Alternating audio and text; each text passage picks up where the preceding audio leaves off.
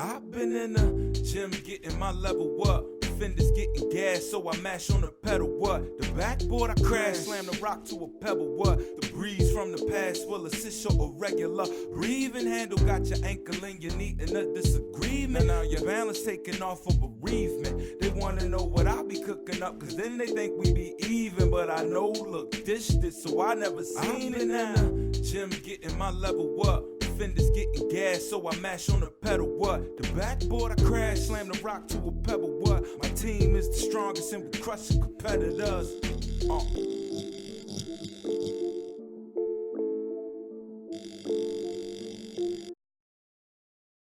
Hey everyone, HBCU Game Day is back after a little Christmas vacay, and we are switching gears and trading out the football for some hoops. Got to get those shots up, man. It's January. This is the Fast Break. Congrats again to the Aggies for winning the Celebration Bowl, but it's a new day. It's a new sport, but we have the same old crew. Let's kick things off with our main man, Wally Pitt. He's in Durham with the Rattlers and the Eagles. Appreciate you, Tyler. Game Day Nation. Y'all already know who it is. It's your man 50 Grand, Wally Pitt. Now, hoop season is in full effect, but it's the first week of the Fast Break. So y'all know I had to pull up on the three-time MEAC champion North Carolina Central Eagles to watch them take on FAMU, who got themselves a real big dub earlier this week against Iowa State. But first, before I head into the gym, let's take a look back at the last time I was with the Eagles and see how they became the three-time champs. Let's check it out. Hey, this is what we do. NCCU, come on, yo.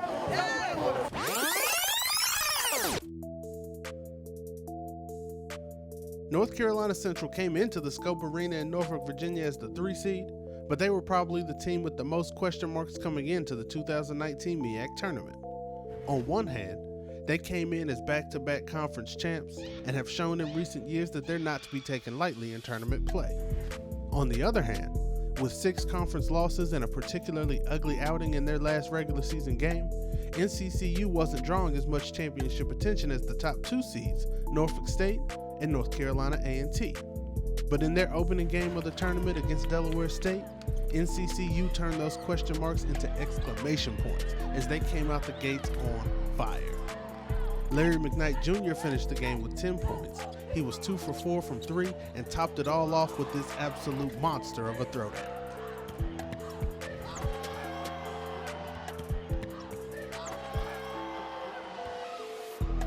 But Randy Miller Jr. and his 18 points would lead the Eagles' way to the semifinals as NCCU beats Delaware State 75-57, setting up a third installment of the Aggie Eagle Hoops Classic. But this time, it was way more than just bragging rights on the line.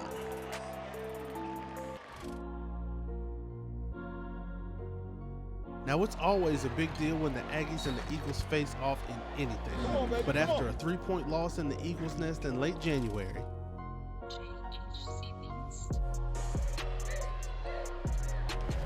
coupled with that 22-point loss in Club Corbett only 1 week prior to the start of the MEAC tournament, for the Eagles, getting to the conference championship game was cool, but beating A&T was a must. There was a clear sense of urgency from both squads, as the majority of the 11 lead changes in the game came in the second half. Simply put, the Aggies and the Eagles were slugging it out in Norfolk. It was Big Aggie bucket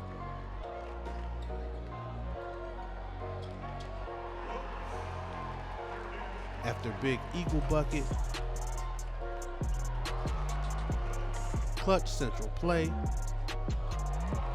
after clutch A&T play,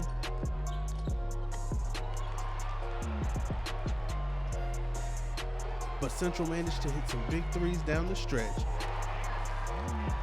got helped out by some missed Aggie free throws, and when the final buzzer went off, it was 65-63 Eagles, and the boys from the Bull City were headed back to the MEAC championship game. Let's go, dude! Yes, sir, Rick Fella! Yes, sir, Rick Fella! Yes, sir, Rick Fella! Yeah, boy! Hey, we go to Chips. I don't know if they know we go to Chips. Talk about it. Come on, baby! Come on! Here's some kids, man. I don't score no points. They step up, they make plays. It's our time of year, man. We got to fight for everything. It's do or die. And we don't want to die. We got one more. It's not We got one more. But there was no time for celebration, or even very much rest for that matter, as NCCU faced a quick 12-hour turnaround to face the #1 team in the conference, as well as the tournament hosts, the Norfolk State Spartans, a team they had lost to in overtime a month prior on the Spartans' home court. But the goal for NCCU was exactly the same as it had been the 2 years prior. Get one more win, and the MEAC championship comes back to Durham. The only problem is, Norfolk State had the same plan, and the Eagles were on their turf.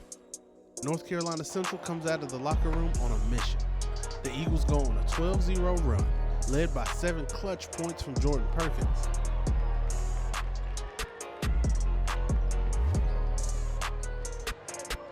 And Rashawn Davis with the play of the tournament as he jams home his own missed layup. The Eagles were able to rally and put themselves up 7 with under 10 minutes left to play. Spartans down 3. Seconds left in the game. Masadi Pitt gets a decent look from 3, misses it off the side of the rim, and the North Carolina Central Eagles win their 3rd straight MEAC title.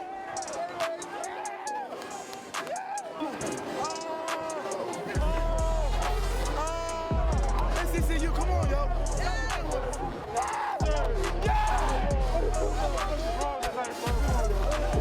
Man, I'm a champion. This is a dynasty. North Carolina Central, all this right here runs through North Carolina Central. We've been doing this a long time. That's the reason I came here. They told me to come here and win championships, and that's what I am. Read that right there. Hey, everybody that doubted us, we knew we was gonna be right here. This is all we got. This is all we got. This is all we need right here. We champions, baby.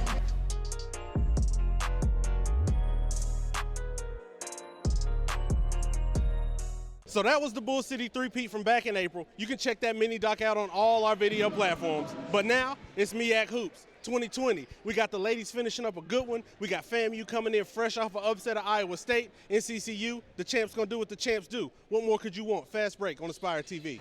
The conference hoop season is underway for 2020, and the rulers of the MEAC are getting it going with a tough test against a FAMU squad that's got a whole lot of heat on their name after a big-time upset over Iowa State. A FAMU squad that's also had the Eagles' number in recent years, beating NCCU twice in the past 2 seasons. But it's a new year, a new decade, and you can throw everything out the window when it comes down to conference play because you just don't know how it's going to shake out. And you could tell both squads were about that business because the layup line jams were all power moves. Now I know NCCU got shooters, but I ain't know they was out here catching bodies. Woo! Caught me! Because my camera lens got whacked like an episode of The Sopranos. But y'all know I keep an extra clip as well because this game day train just gotta keep on rolling. The first half had 5 lead changes and both squads made sure to get it done on both ends of the court. Jabri Blunt gets the tip. Jordan Juice Perkins gets the steal, takes it coast to coast with the power shoulder plus the lay-in. But the Rattlers strike back. MJ Randolph finds big man Evans Desir for the nice up and under. I see you, big fella. And they pretty much went back and forth like that all half. Junior guard Devin Palmer had a team high 11 in the first half for the Eagles. Rod Melton dropped in 13 for the Rattlers, and it was all tied up at 28 going into the half. And in the second half, won't neither team willing to give an inch either. MJ Randolph with the nice pump fake gets the defenders on their feet and makes them pay with the tough left. Juice Perkins, floater with touch. Now last year, this pick and roll would have been an easy Rashawn Davis alley-oop, but in 2020, it's just a nice up and under for Evan Claiborne. MJ Randolph, back doing work around the basket. He finished with 18 points. Then Randolph hits Melton on the baseline for the reverse lay-in. Melton finished with 18 as well. That bucket made it 43-41, NCCU with the slim lead. Then Juice Perkins drops off a nice little 10-piece to Jabri Blunt for the bucket. Randolph ties it up at 45 with another strong basket in the paint, and this one was looking like it was going to go all the way to the wire, until NCCU curved all those vibes with a 16-0 run over the next 7 minutes. Jabri Blunt misses the layup, gets his own board, puts it back up strong. 23 points and 11 boards for the Pittsburgh native. And then it's Juice Perk, going crazy like Bishop, crossing, Euro, floater with a little more of that shooter's English. He gave us 15 and 8 assists, and the Eagles come away with a tough win to open up the conference schedule, and the message from NCCU is simple: quit playing with the champ. Yeah, sir, that's what we do. Stop playing with us. So y'all just heard the boy Juice Perkins. That's what they do at NCCU. 61-45 win over FAMU. A tough, hard-fought game to start conference play. And what more can you expect? It was tied at the half, but Juice Perkins, Jabri Blunt, they champs. They got that pedigree, and they pulled it out in the second half. FAMU, coming off that big upset over Iowa State, I was able to catch up with Coach McCullum after the game to talk about the big win. HBCU Game Day, Wally Pitt. I'm here with FAMU coach Robert McCullum after a tough first game on the road in MEAC conference play, but we're going to go back a little bit. Talk to us about how you prepared for that Iowa State game. And as a coach, you always, of course, go into the game to win, but do you game plan different for a game where you are such a heavy underdog? Well, you prepare to have your guys prepared as well as they can be each game. And that has nothing to do with the name of the opponent. Of course, you make your game plan based on the strengths and weaknesses and the personnel of your opponent. And of course, we've had some games against Seton Hall. We played Tennessee, Kansas State, you name it. So we weren't necessarily in awe or afraid of Iowa State. We had the utmost respect for them, and they've earned that. They're recent. They were Pac-12 conference. Big 12 conference champs last year. They're a perennial NCAA tournament team. So we know they're a very, very good team. But we talked about getting off to a good start. So regardless of the opponent, it's very important to get off to a good start. We did that. And we knew they'd come back. We relinquished the lead, but yet we felt like we stayed within striking distance. And so going into halftime, only down 9 points, gave us a chance to say, hey, we're down single digits. If we can win the first 4 minutes of the second half, it's one of the most important stretches of the game. We try and play the game in 4-minute segments. If we can hold our own, come out ahead the first 4 minutes, we're giving ourselves a chance, and that's what we did. And, does it kind of help, especially with HBCU schools? You guys play a lot of these, I guess you would say, bigger conference games, which y'all haven't played so many. Was it just kind of, they were used to what was coming at them? No, we played a lot. As a matter of fact, we played 8, 9 of them a year. And played 3 games in Hawaii. Aside from that, the other 8 games, they were all guarantee games, money games. And so our guys have we've become used to that. Most of the MEAC and SWAC, we play those games. Some teams play more than others. And of course, it's tough, but yet our job as a coaching staff is to have our guys prepared as best they can be, regardless of who the opponent is. Yeah, and, that was such a big point spread upset, which I guess got a lot of the publicity. Is that something that you think about, because, you're coming off of that game going right into conference play. Is that something that you think about? Did you take a moment to just kind of soak it in, or is it right back to business? Well, we didn't have long. In my mind, we had less than 24 hours to suck it in. We got back to Tallahassee in the afternoon on New Year's Day, and we had to kind of walk through some stuff on Wednesday. We had a practice on Thursday, and Friday we'll fly in here. So conference play is totally different. And you don't get any points or any credit for what you do in the games prior to conference play. And so I hats off to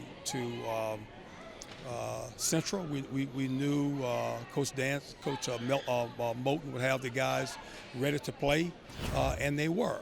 And I thought we came out flat for some reason, so a little lethargic. I felt we were fortunate to be tied at halftime, and of course we just couldn't get anything going offensively, and of course I guess Central deserves some credit for that. And last question, how does it feel? You guys were out of the MEAC tournament last year. What's the mode with you and your team knowing that that's over, that's done? You got a big win against Iowa State. You're coming into conference play, and y'all are a legit team to come try to take that title. Well, we could be, but yeah, we have another year for totally different reasons. The 18-19 year season, it was APR related. This year, it's penalties that 7 of our sports have a 1-year ban on postseason play. Men's, women's basketball, baseball, football, a couple others, track and field as well. So if we can get through this year, I think I really feel the sky is the limit. We feel very, very good about the recruiting class we're bringing in from the early signing period.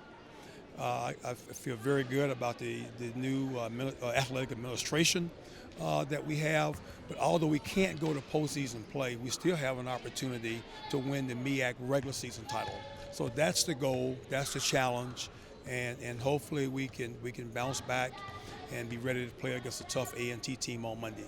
Yeah, the football team kind of set that precedent. They came out in the same situation, and they got it done. And, they are still, by and large, considered the champs. So, FAMU is – y'all are on the shelf now, but I think in the coming years you guys are looking to really strike and probably come with some vengeance when y'all are back. And football should be considered the MEAC champs because they won it on the field. They won it on the field, and there was no divisional competition to decide like East Division versus West, where you sell it. So it's just one regular season title. So they should be.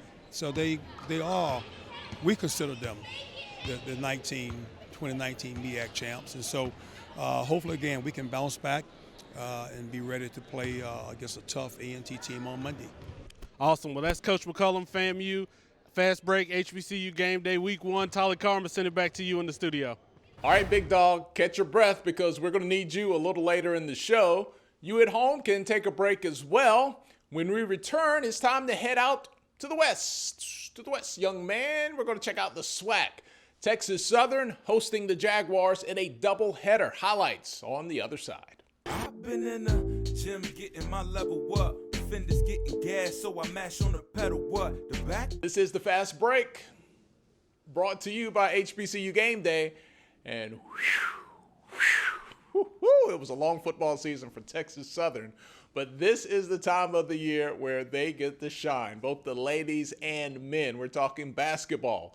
Let's check out last weekend's doubleheader, Texas Southern versus those Southern Jaguars. Southern University defending SWAC champs at Texas Southern. And this is Jaden Towner. Check her out. She's going to stop and pop the three. The Lady Jaguars down 53-52. Texas Southern coming right back. This is Sienna Cryer driving in for the layup. And then the Lady Tiger defense, another turnover. This time it's Rochelle Velez. She's going to finish. Southern trailing by 5 and just not enough magic late in the ball game. Texas Southern wins a close one and a good one, 61-56. Men's action, it is a doubleheader. Tyreek Armstrong on the handle and the finish for the Tigers. Good lefty, he loves to drive right. Doesn't get it to go this time, but Chris Baldwin does. He cleans that up nicely. Now that was nice, but nothing beats a good game of fundamentals. Amel Koljevich. He's a graduate transfer from Cal State Fullerton. Nice jump shot there. And here he's going to face up. One dribble, backdoor, pass on the money. Southern down by 2, late first half. More from Texas Southern. Armstrong with the double crossover and the finish. Tigers up 3 at the break. Watch the hustle here from Brendan Brooks. BB, he gets the layup and right back at you with the steal.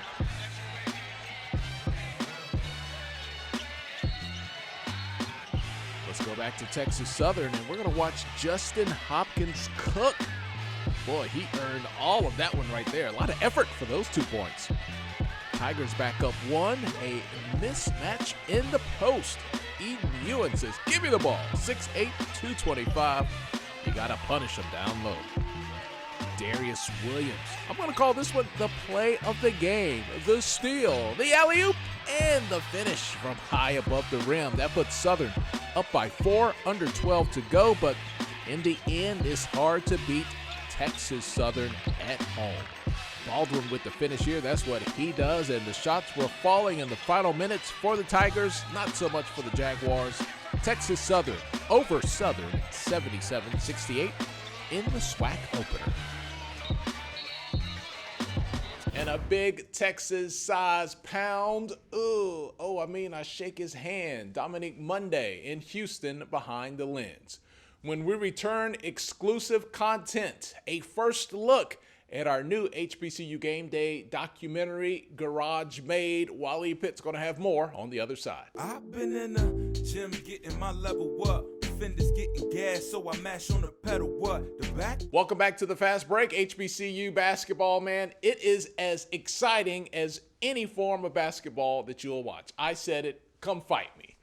But one thing that gets overlooked a lot of times are the phenomenal stories behind these ball players. But here at HBCU Game Day, we give it to you all. And who better to tell you more than the guy who makes it happen? Fresh off a wardrobe change, he's fresh in a new state. Man, this guy works fast. Let's kick it back to Wally Pitt, now in the QC. Yes, indeed. Wally Pitt coming to you from Clinton Park, Charlotte, North Carolina, right here on my home court to let you know that we're going to do things a little bit different on the Fast Break this season. Now, of course, we're going to bring you all the highlights, all the action. That's a given. But we're also going to take you behind the scenes and in-depth into the lives of some of your favorite HBCU athletes. Now, if you followed us in the past, you know I brought you the legend of Pee Wee Belfield and last year's documentary, A Mere Hint Indifferent. Not only are we going to revisit some of those past favorites, but we also have an exclusive 4-part documentary series airing right here on the Fast Break called Garage Made, on the incredible story of Livingstone point guard Roger Ray and his family. And as a matter of fact, I'm going to go ahead and bless y'all with the trailer right now. You ever felt what a garage floor felt like? Imagine sleeping there. Old pool road, that's the road we stayed on when we stayed in the garage. I actually let my mom and my little brother had a couch, I had a floor, but that's where it all started at. The rug had been swept from underneath our feet. And we kind of hit rock bottom at one point, sleeping on the floor, not eating a lot. See where we at now, see the success he's having. Them long nights, them cold nights, that's what made me. That's how I be known when I go against certain guys, like you know what I'm saying, you ain't go through that, you ain't built like that. He's not the tallest, he's not the biggest, but every time we get on the court against anybody else, he dominates. Anywhere there was a ball or a basket, that's where Roger was. It did not matter. Basketball, the only thing that got me through it, really, no matter how good I played, they always, he's too small. That garage could have broke us. That garage could have made us anything, but it made us stronger.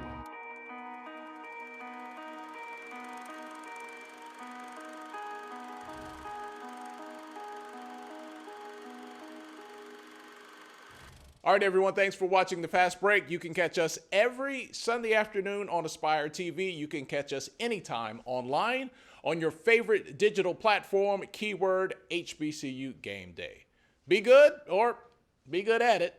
We'll see you guys later. I've been in the gym getting my level up. Fenders getting gas, so I mash on the pedal. What? The backboard I crash, slam the rock to a pebble. What? The breeze.